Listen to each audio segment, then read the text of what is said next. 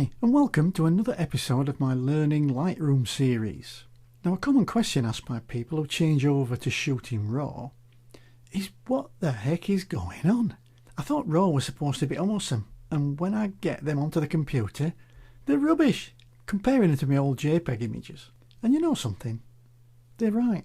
When you set your camera to shoot JPEG, the camera is doing a load of stuff for you. It's changing the sharpness, the colour, the contrast, so it makes it so that right out of camera the image looks pretty good and can be shared or printed. Now that's okay, but you don't have as much leeway in post-production because these processes are destructive and compressive. In other words, they're throwing part of your image away. If any highlights are blown on a JPEG image, they are history. On a RAW file, you can rescue blown highlights and blocked up shadows because the information is still contained in the file. And you're relying on the camera manufacturers to consider what is good processing to arrive at a final JPEG. Well, I'm sorry, I'd rather do that. So that means that comparing the two is not really a fair comparison because the RAW image has had no processing done on it at all. So to level the playing field, you need to do some processing on your RAW file to make it look good. Now the good thing about Lightroom is that it's easy peasy to set up your default settings for each camera that you use. And you only need to do it once and then you forget about it and your RAW images will pop.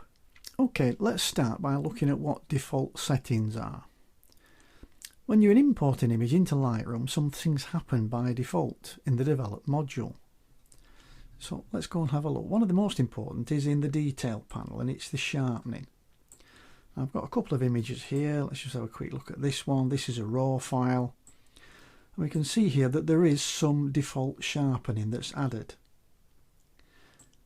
And if I go up and we look in the basic panel, we'll see that everything really in the tone section is zeroed out. There's zero highlight correction, zero contrast, all of these are just zero. So there's nothing extra being added to this image. So this is a very neutral set of develop settings.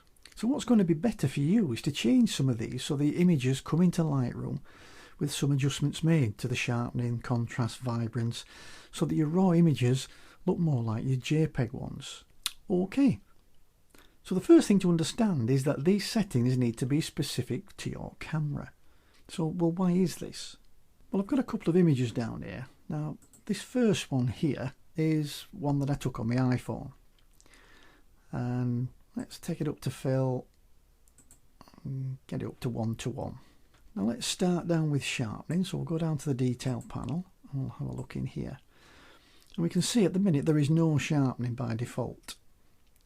So let's add a little.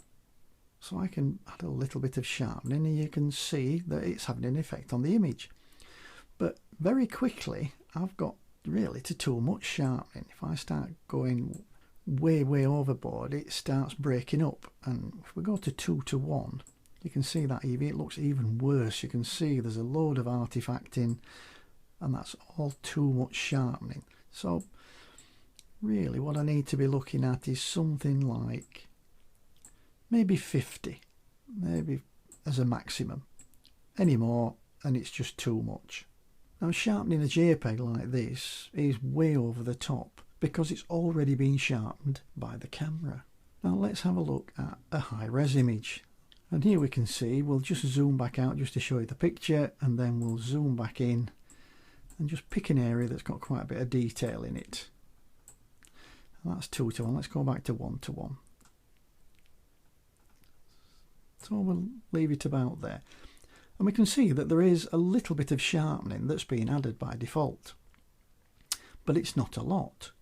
So we're losing out on a lot of the pop that we could get from this image.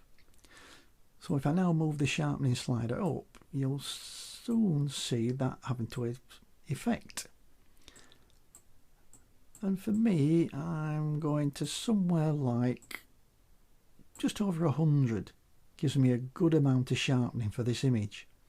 And you'll see that's a lot different to with the iPhone picture, which was topping out at around 50. So just over 100 looks about the right amount of sharpening for this image.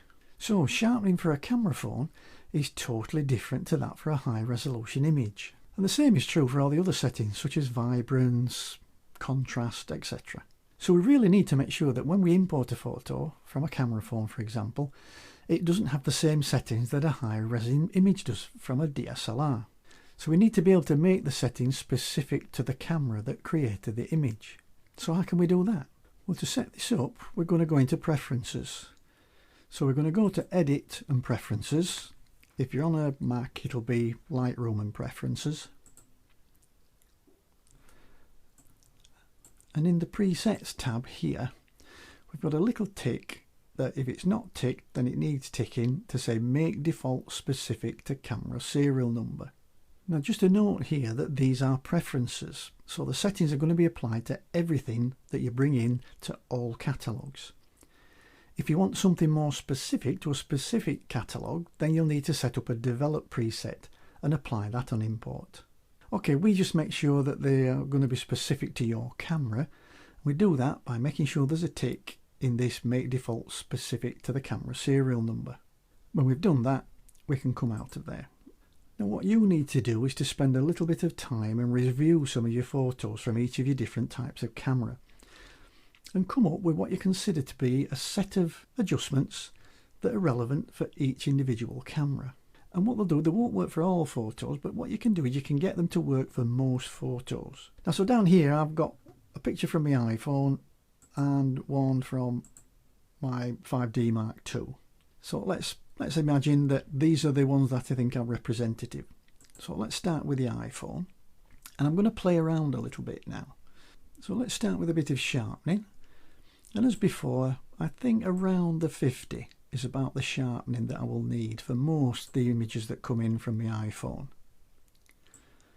I'll go back up and I'll have a look in my basic panel, and I may want to add a little bit of clarity and a little bit of vibrance. Now I use vibrance rather than saturation because saturation increases the intensity of all the colours, even those that are already saturated, so it can often lead to those becoming oversaturated. Vibrance targets those colours already not saturated, so it's a more subtle adjustment. And I may want to add a little bit of contrast, just a tad. So remember, take your time with this, examine a few images and make notes of what adjustments work for most images and come up with a standard set. Now to help me to assess this, what I do is I press the Y key. And what this does is gives me a before and after view. So here I can see visually whether I'm going in the right direction. And I think I am. I think it's a lot clearer. I've got a little boost in the saturation and I think that's good to go. I'll just press the Y key again to get me back to single view. Now once you've done that, we're going to go up to Develop and Set Default Settings. And that's going to bring you this dialog box up, and basically it's just asking you, right, that's the format, the JPEG, it's the Apple and it's the iPhone 5S. Now do you want to update to current settings? So what this is going to do is take the settings that we've already done in here and make them the default settings, so any image that gets imported from that device will get those settings applied to it. And in this case, yes I do. So I'm going to click update. Right, okay, let's go and have a look at my high-res image. So I'll click on that one, and again we'll have a quick look at this. I'll press the Y key and we can zoom out and zoom back in, get an area that we think we're happy with, something like that. And we've already done a little bit of sharpening, so I'll go back to my detail panel and just say, yeah, about 100 I think is good on that. Go back up to the basic panel